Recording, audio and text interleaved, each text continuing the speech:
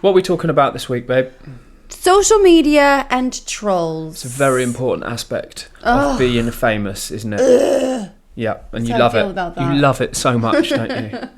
I try and have like a good relationship, but it's been a long time coming of figuring out how. Yeah. Also, the trolls thing is probably the way this will be weighted, right? Because that's probably that's probably the biggest relationship with social media that you have to learn to deal with. Keys of courage.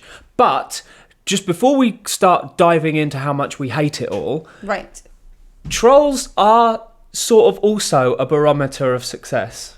Yeah, I mean, if you're being trolled, then you're doing something enough for people to hate. Well, yeah, exactly. You're affecting people that are beyond your traditional audience. So if you've just started out, your traditional audience is probably your family and friends.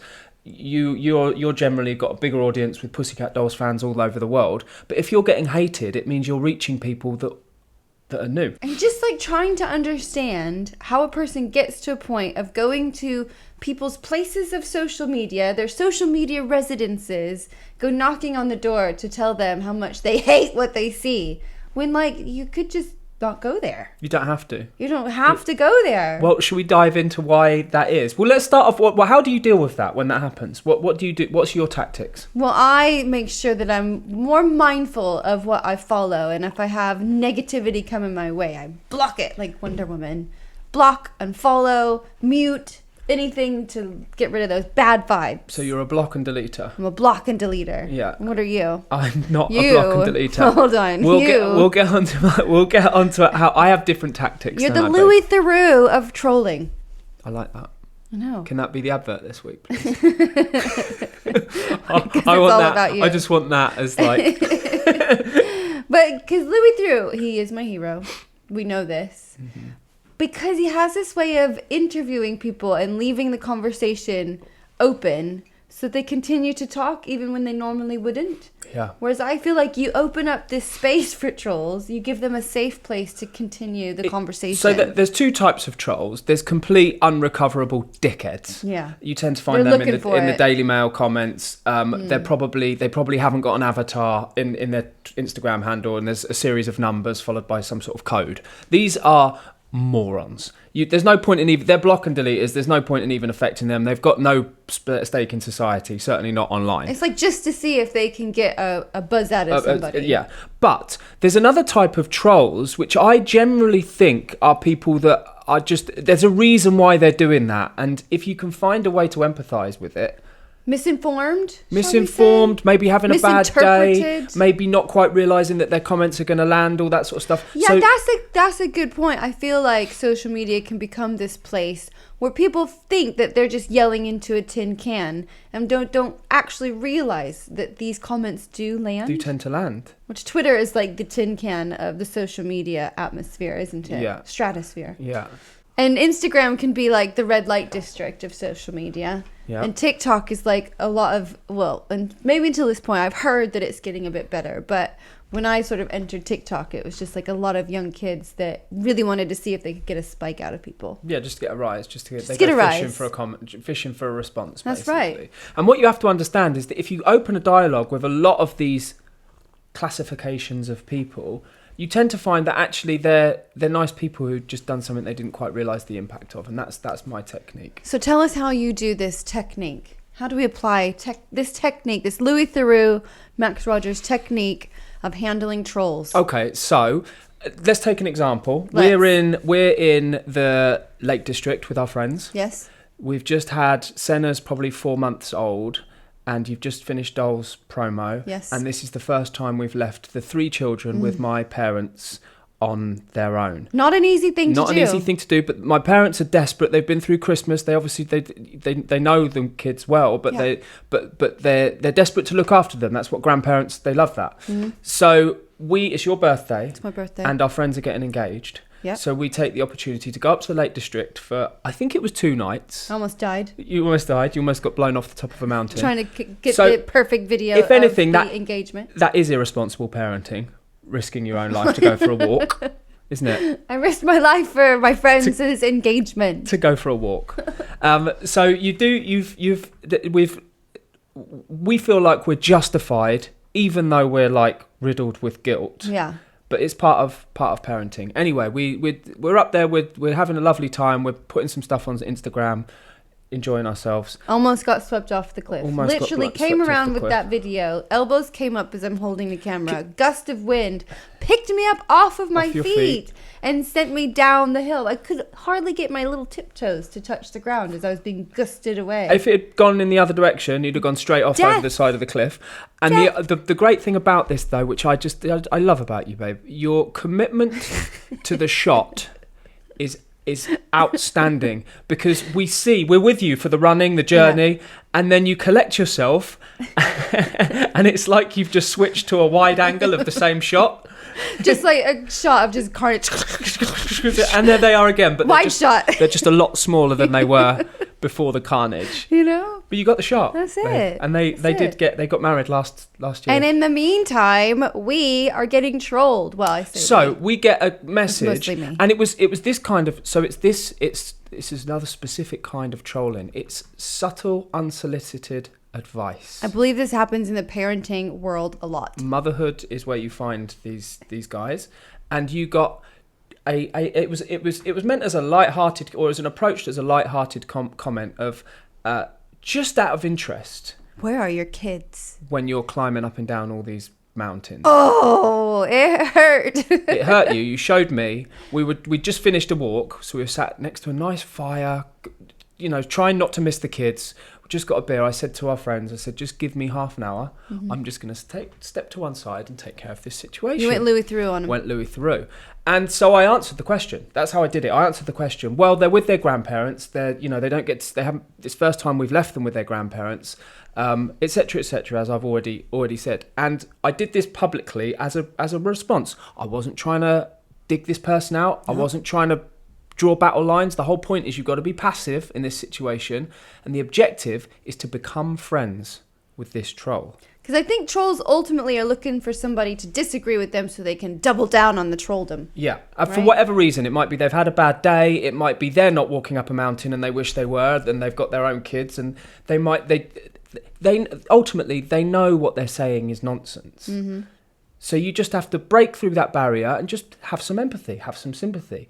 And the objective is to become friends, no matter how. And usually the first response will be prickly. So you just keep going. You just keep. So what was your response in this scenario? My response was basically to explain the situation. No, I know you said that, but what was their response back? Their response then back was, and this was unfortunate because it was on a public forum and because it was motherhood, people get very, very, very aggressive on either side of the debate. So she then got piled on by a load of people. She got trolled. The troll got trolled by trolls, and that's I guess what happens when you're horrible to people. You have to be ready for it. When you're in glass houses, you shouldn't throw stones, I think is the... Don't throw stones at glass houses. So she then private messages me and says, look, I'm incredibly sorry. I don't know what came over me. Of course I know that your children are well taken care of. Of course I know that you haven't just left them at home on their own. So we got talking. And then she said, and now I deserve all this that everybody's jumping on. I said, no, you did. And I then replied, no, you don't actually necessarily deserve that. I understand. I understand that you had a moment of weakness and you decided to type it instead of just say it to your friend who you were sat having breakfast with. And do you know what? I almost had a realization of the fact that when I saw friends and people piling on her and trolling her, it made me feel good. I hate to admit it, but I was like, somebody's sticking up for me. I felt defended. Of course. Which must be like the recognition that trolls must, I get, into a certain extent when they get responses. But that in itself explains that even people who are doing good, respond immediately with aggression, and social media creates these battle lines between everybody where you're either on one side or the other, and life in general is a bit like that at the moment. Yeah. So that's what I just take a step back and just think, right, forget about this as a battle. Let's try and connect.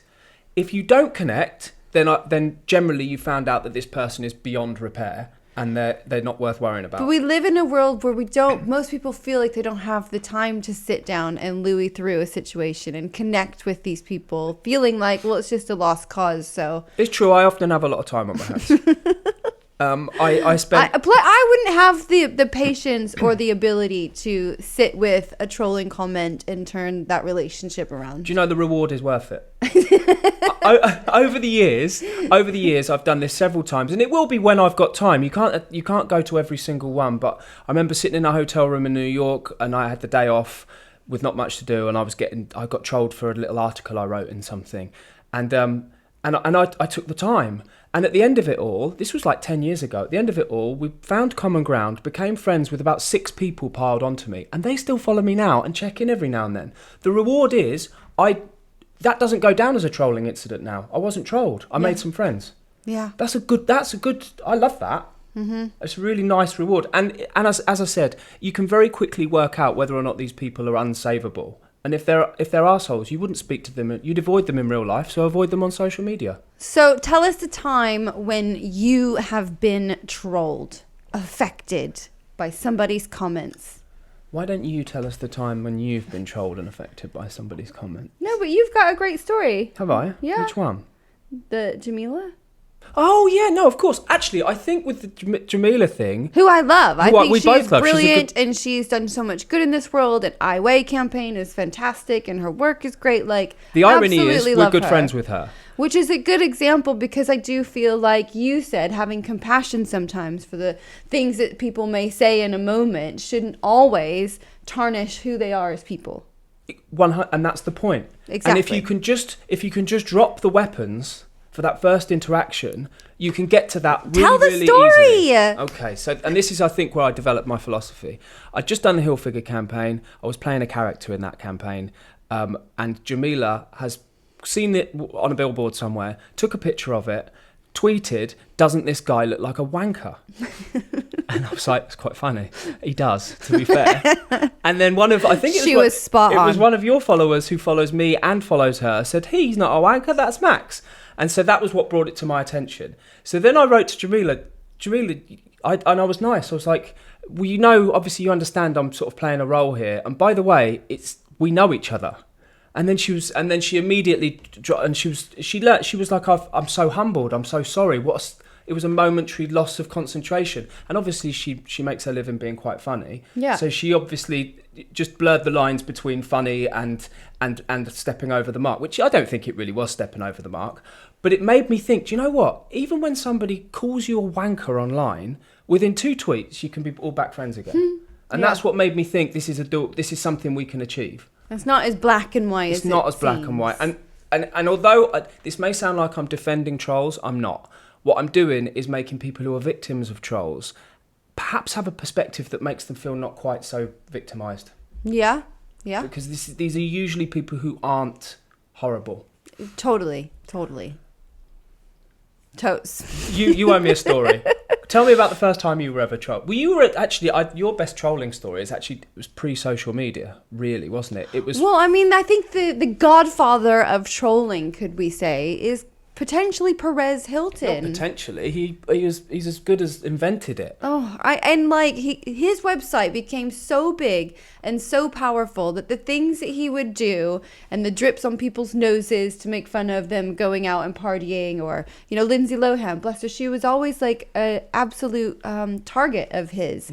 And it started to really affect people's careers and their lives. Now, I was never one to Perez would like to write about the dolls, and it was mostly just trying to be very divisive between women. But you as an individual, I kind of would stay away from all that. You were never up for a target. In certain projects that you're involved in and certain groups that you've been involved in. Sure. It's up for critique. Yes. But I was dating somebody before you, babe. This can't be true. Already it's lies. And he was I was on tour and I didn't realize what was happening back at home. But anyways, I'd come home, went to get into my house with all my bags after being on the road for like a year. And I'm locked out of my door, can't get in. He finally answers and says that we're breaking up and is ready to throw all my stuff out. And it was a whole situation. And I still didn't really understand what was going on. So anyways... Meanwhile, he was shacked up with an actress. He was shacked up with an actress. And I find out by Perez Hilton, it's just splashed across the social media. Pussycat doll dumped by XXX. And I just That was the first time like my personal life was put out there in such a way. And it was written in a way that made me seem really feeble and a bit like the victimized, the whole thing. And it did feel really personal and horrific. I didn't like it. I didn't like the way that it made me feel, especially because I don't go out there putting myself out there for it. So I felt almost hunted to have this story put out there. But I mean, at least we have come to a place where at least Perez Hilton isn't as armed as he once was. Well, I think he's kind of maybe had a little bit of a taste of his own medicine, and even he, the king of the trolls, has realised the error of his ways. And again, that goes back to my point that there's a reason why people are like this, and it's not because of you, it's because of them. Yeah. Well, it's the whole punching down thing, really, isn't it? Because there was another time that I was trolled by James Corden. Couldn't believe this. Yeah. So I've been working on Got to Dance 3 years at this point, and mind you, one of his shows is on the same network. So you should be buddies. Just a not even buddies, a professionalism. Yes. Yeah. And I believe it was the Brits that he was hosting, and he was introducing Nicole Scherzinger, one of our band members, but introduced her as the only member that anybody cares about. Yeah. And I remember sitting there watching, really feeling like I'm a huge part of this, moment and supporting Nicole. And then it was just like, it felt like such a punch down. Do you know what I think it is with that particular... Again, I would argue that particular situation is he can't think of a joke. He's not... He's a funny guy. It's easy, isn't it? He's a funny guy, but he's not that funny. Yeah. He's so he has to come up with something. Is that really the best you can do? The only one that anybody cares genuinely, about? But that is... It's a really short, easy joke to come up with, right? Yeah. And it just, again, it reflects back on him, not you. I think it's starting to reflect back on him because he has got a lot of drama going on. 10 short years later. Trolls getting trolled, I tell you. Yeah. 10 short years later. Here we are. So I guess that's you as an individual. But I think there's three categories of trolling. And I've said that. You're either trolled as an individual. Yep. Trolled as an ensemble. Yep, been there. Or trolled as part of a project. Oh, yeah. Been there too. And the king of that one, the peak of that one was just a year ago when you were doing Dancing on Ice. And what a project to invite the trolls into our lives. Wow. I mean, if you're going to sign up for a show that people are voting... You know that you're signing up for people to choose a feeling about you. That's the point of the show. Yes. The point of the show is you pick a favourite. It's like a football team. You pick a favourite, you support that favourite, and as a result, you don't like the others because you want your favourite to win. Yeah. So that's part of it. You sign up for that. Yeah. What you don't sign up for is personal attacks. Oh, it got really personal. It got really personal. Yeah. I mean, I wanted to see what I could do on ice. I was really excited. I love, tapping into that athlete. I love having a challenge, love being a bit of my performer side. But dancing on ice is very hard. Yeah. And because I come from a ballet background, I'm putting all my ballet bests into it, going to the ballet foundations, making sure I have these lovely long lines, making sure I use my flexibility. Which of course supports you and makes you a good competitor. Supports you, but you're still on one foot then on the ice. Like the possibility for something to go wrong is quite high. The jeopardy for you as a dancer, which helps you in the show, as a dancer, is that your entire career is over. But yes. If you fall, you're done. Yeah, done. Yeah. But the show, for some reason, I think the 13, 14 years that the show has been around, the way that the audience that watches it has maybe chosen not to be educated in the fact that the women are still doing just as much as the men on the show. Yeah. But they have chosen to 100% believe the women are not as good and do not do as much as the boys. Well, and it makes it almost impossible for a woman to do well on that show. What we have shows like that, and it started sort of with Pop Idol and X Factor and things, where you've got people, rather than being taught to be singers or dancers, they're being taught to be judges. That's it. So you've got Simon Cowell and his critique, which is actually really interesting. And what people are sitting at home are learning how to be Simon Cowell. Yeah. And what's happened in this show, probably 5-6 years ago, somebody said, well, as the girl, you've got to make sure that you don't just get sort of thrown around by the guy. It looks good, but people have clicked onto that and decided that every year that's going to be the clever thing that they know about dancing on ice. When, of course, if you're watching and you understand ice skating in any way whatsoever, you'd know that there's no way you were being flung around. And But even some when of you these were, comments, it's not exactly easy.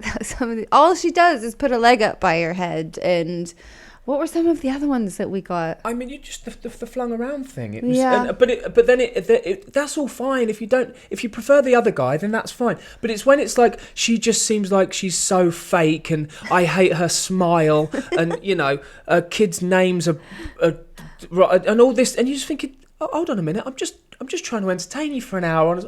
I'm giving up my entire life for 6 months and risking my entire career to give you an hour's entertainment. And I every guess Saturday. because it's project based, you get swept up in that whirlwind, whether you like it or not. Well, you're competitive. You want to do well. Well, you just want to do your best, It and then of matters. course you're doing promo for the show, and every person that talks to you wants to be like, so the people are saying this about you, how do you feel? So then you have to like stay in the game, rehearsing your 8 hours a day to get ready for it, get all dressed up, knowing that you're almost going up against a losing battle, because no matter what you do, it's never going to be good enough for these trolls that have chosen to think a certain way. Yeah.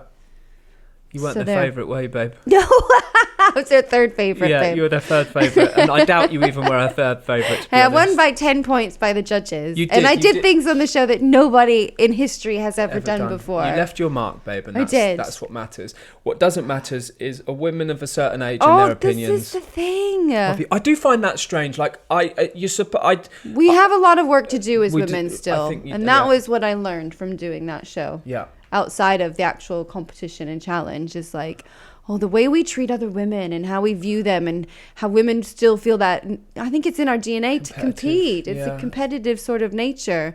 And you can't just be like, it shouldn't be that way and change the world. Like, this is history of Reasons why. Absolutely. But there's definitely needs to be some change had. Improvements could be made. And Some we could unity start with, amongst women would be lovely. we I could thought start- Dolls was going to be that, but No, we'll start with Dancing on Ice and then we'll move up to the Pussycat Dolls. right. Speaking of which, Yes. we talked about ensemble trolling. Oh yeah. Shall we talk about the time when ensemble trolling and individual trolling combined and clashed in a blaze of thunder and lightning? Blaze of fire. You've just had a baby. Just had a baby. Yeah, 7 weeks Well, later. let's rewind it. So had worked rewind for it. almost 2.5 years to get a reunion off the ground, and then sign the contract. Yeah. And 2 weeks later, try and rule out the feelings that I'm feeling of feeling incredibly unwell. We were pregnant. We were pregnant. Sorry, Surprise! you were pregnant. I know some people are very triggered by the "we were pregnant" situation. You'll get trolled for that. I'll just let you know, I don't care either way. It's just a word I said. But so we knew, like, crap. Zoe knew. So we knew. So we knew. Okay. I'm surprised you told Zoe that earlier. I mean, she's a good mate, but okay. But so we looked at the sort of schedule of this, and we were looking at having a baby by cesarean and being back on stage performing 7 weeks after. Yeah. Which you usually don't move after cesarean for at least 6 weeks. But I had a brilliant doctor, gave my abs a stitch while we were in there, tied those tubes so another little special bundle doesn't So if ever the dolls come around ever again. reunite ever again, this won't be an issue again. God, being a pregnant woman is not easy. And keeping up all your fitness through the whole 9 months of a little boy in there just like spreading his arms and legs trying to stretch out your tummy totally as over much it. as he could. My abs were like She's totally fine still now. over by my Yeah, obliques. she's fine. She's caused no trauma and no scarring whatsoever. Yeah, you're totally But so fine. we took as least amount of drugs as possible to get me up on my feet after the surgery as quick as possible so we could start healing fast. Yeah. I'm getting passionate, aren't I? Yeah, I'm just leaving You you were to right it now. there with me. I was. You filmed it. I did. I was told to. Nobody cared. Yeah. Arguably, I could have gotten in a lot of trouble in the hospital as you're stepping out of the bed for the first time, and you're asking me to get the floor shot rather than help Yeah. you to the bathroom. At least make it look epic, you know? Exactly. Yeah. If a nurse had walked in at that point, I would have been sent directly to prison, lying on the floor whilst And filming. you learned Pilates, didn't you? Prenatal Pilates. Well, I mean, I'm a Pilates coach anyway, but I took my pre and postnatal qualifications so that I could guide you through this situation carefully and safely. And that's what we did. And we should also always clarify at this point, this is not a normal thing to do. It No. wasn't without complications, and you have had to correct certain things that caused you problems as a result. It took me a lot longer to overcome. It also helps that your trainer was with you 24/7, and right. I was literally helping you move, helping you around the house. Everything was a slow progression. The turmeric and pepper, I think it helped. Everything for inflammation. Everything was a slow progression towards ginger this. and garlic and from the diet to fitness. It was all like a huge thing, all leading up to this moment of stepping into rehearsals 5 days before the big X Factor reunion performance. I'm sitting there in the group getting filmed breastfeeding. You were breastfeeding 2 minutes before the performance of the in the X Factor. Yeah. You had to breastfeed pretty much straight after as well. Yeah. I'm there with the baby strapped to me the whole time, just following you around like. I had the band around me so that my muscles stayed together, didn't I? Like a corset kind of thing. Yeah. But it wasn't for the look, it was for actual And by the way, somehow, and I still don't know how, it sort of felt like it was just going to happen at the time, you did and delivered everything beat perfect. I did do it. This is superhuman. Again, not without complications, but you did what you set out to do. It's an unbelievable feat of humanity. What I didn't do was take care of, so I figured that maybe just a bit of a shortcut I could make. Lots of pop stars do it, is to wear a wig, because then I don't have to deal with the coloring and the cut, and I had very limited time on my hand. You were breastfeeding, so not having to do your hair as well would help us. It would gain us a little bit of time. So I go out there to do this massive performance in my very cool blonde ambition wig. Finish the performance, look online, and all that anybody is saying is, she's wearing a wig! I'm like, after all of that, that's all we see? All that work. And then it was the 600 some odd comments to ITV about how offended they were by the clothes that we were wearing. Yeah. Because they couldn't see past the cleavage and the belly buttons and the bums. And they felt incredibly offended by that as well. It was disgusting, babe. It was disgusting. Yeah. But I really thought in that moment, like being a mom and being a new mom and just having a baby and still being a pussycat doll was like the ultimate stance, and just owning your space and owning like what our bodies are really capable of. So going into it with that sort of intent and coming out the other end with my tail between my legs, like, and a wig on your head. What just happened? Yeah. Oh my God. Yeah. I've just climbed a mountain, gone to the moon, done anything, like the most I'm capable of as a human being, and people were just a little bit annoyed that I wore a wig. Oh my God. But then shortly after that, we lost Caroline Flack, which was horrendous for people in our world, because she was a big character in but the in ripplings that beautiful soul left of being kind and making a mark and trying to inspire people to be more mindful was incredible. The outpouring of love amongst the industry gave me hope. So a few months later, dolls are still doing their thing. You're steadily recovering. You thought you'd have a little check and see where the land lay. Well, I really did think, I was like, surely this is making a huge difference. Should we have a look at where the land lay, babe? Well, some of the comments that you had. This is during the height of the Be Kind hashtag. And like I said, I never do a Google because I do know that it's poisonous, but I just... You block and delete and avoid. I had hope and I was curious. And so I find this.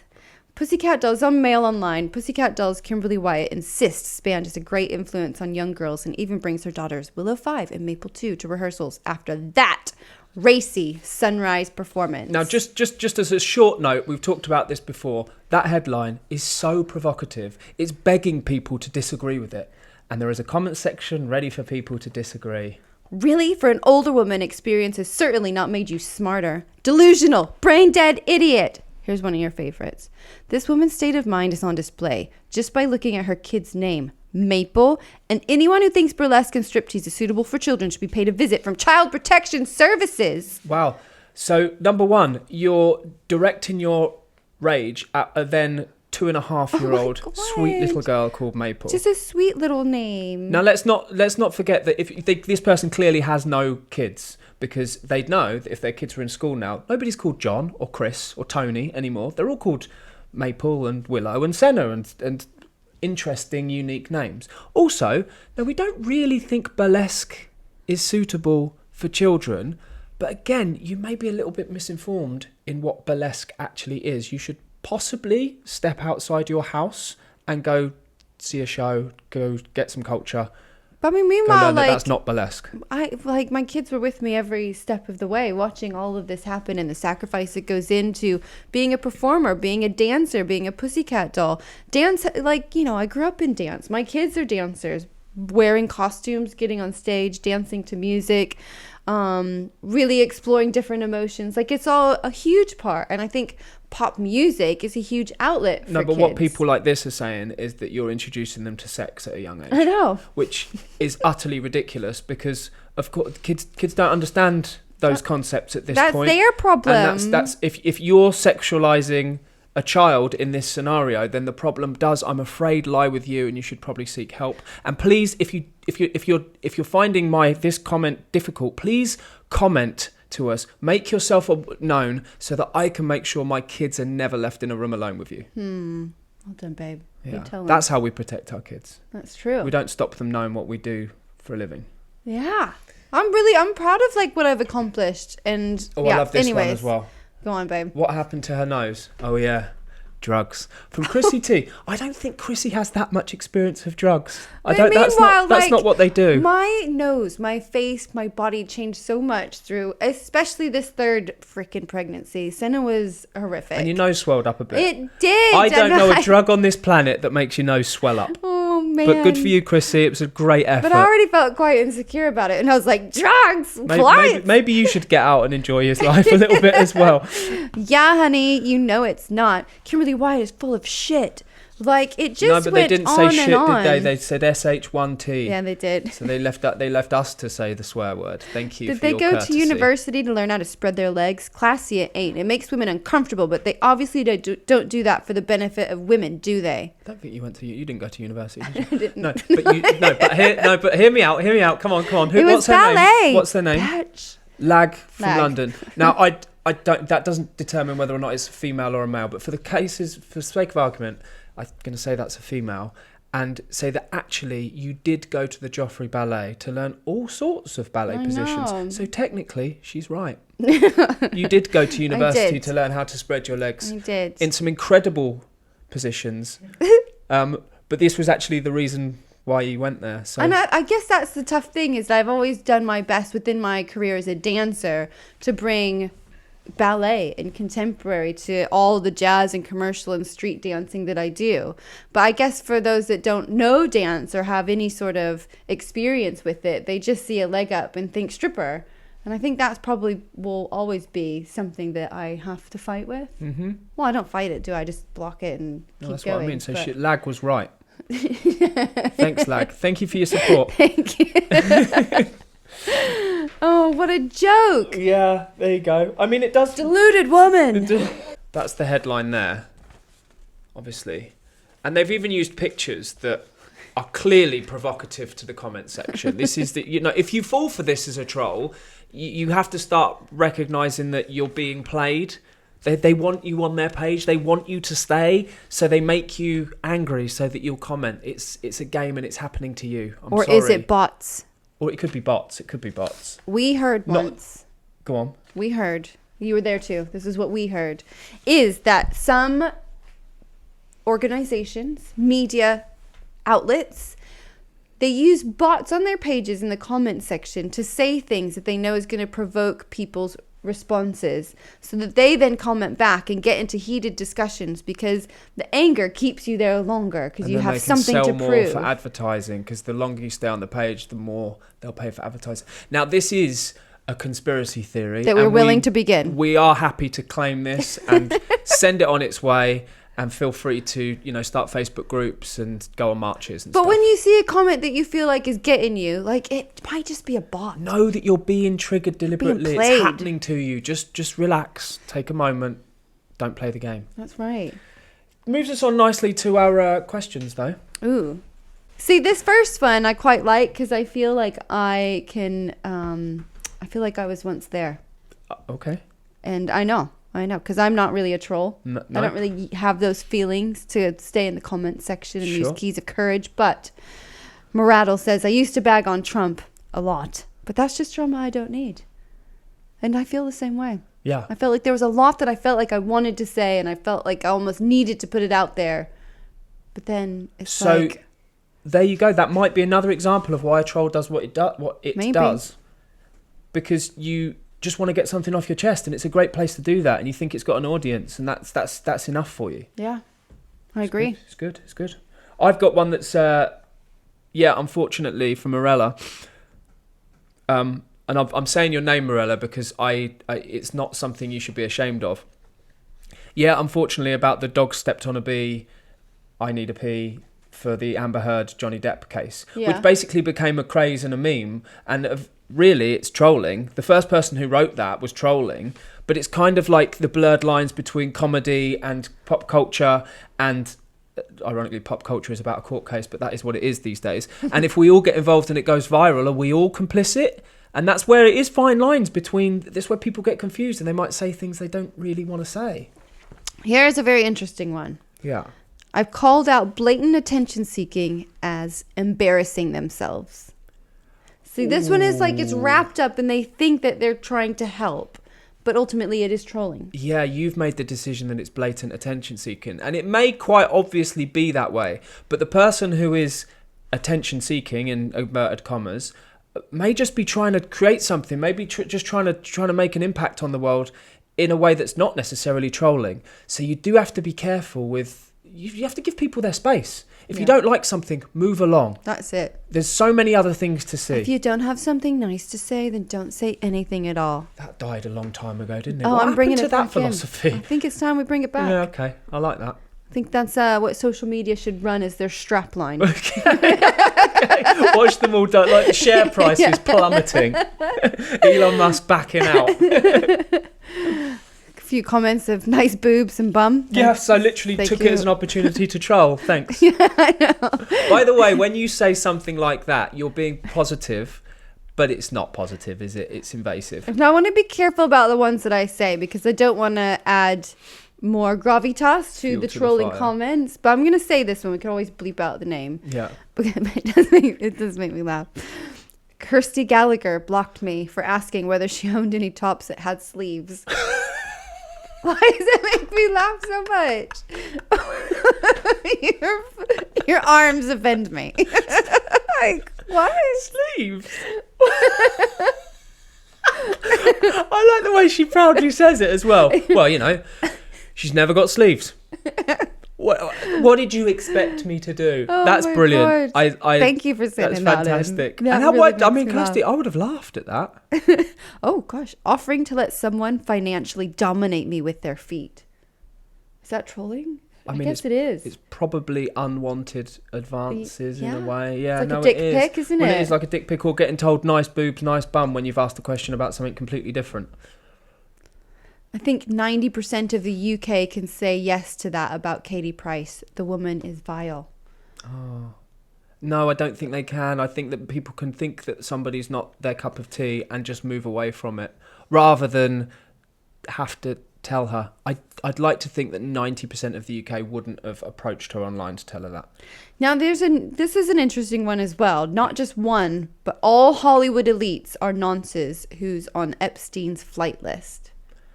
That sounds like conspiracy theory nonsense to me. Yes, but so we know Epstein is horrific, and if you did end up on that flight list and you had not done anything, I mean, yeah, it's a really scary place to be. Yeah, totally. I mean, you've been on flights and planes and situations with in places that you could then suddenly be associated with somebody, but that's just because you were in a room for an event or something like that. No, it's tough to be blanket across that unless you have absolute conclusive proof. This one. Oh, I shouldn't laugh. This is horrible. Lisa says, they commented, let the wind blow through your hair. He was bald. Why would you say that? I don't understand. Wow. I mean, really got him. Yeah. He knows he's bald. Do you know what I mean? Oh, yeah. Bless. Yeah. Okay. Well, thank you. By the way, thank you all for responded to this. I realised this was a difficult question. It was interesting, though. It requires you sort of stepping out. But I genuinely think it's further examples of good people slightly misunderstanding the impact of their comments. And I would say that most trolls are that way inclined. So if you are suffering from being trolled or bullied online, understand that there is a strong chance, not every case, of course not every case, there's a strong chance that people just aren't quite fully aware of what they're doing.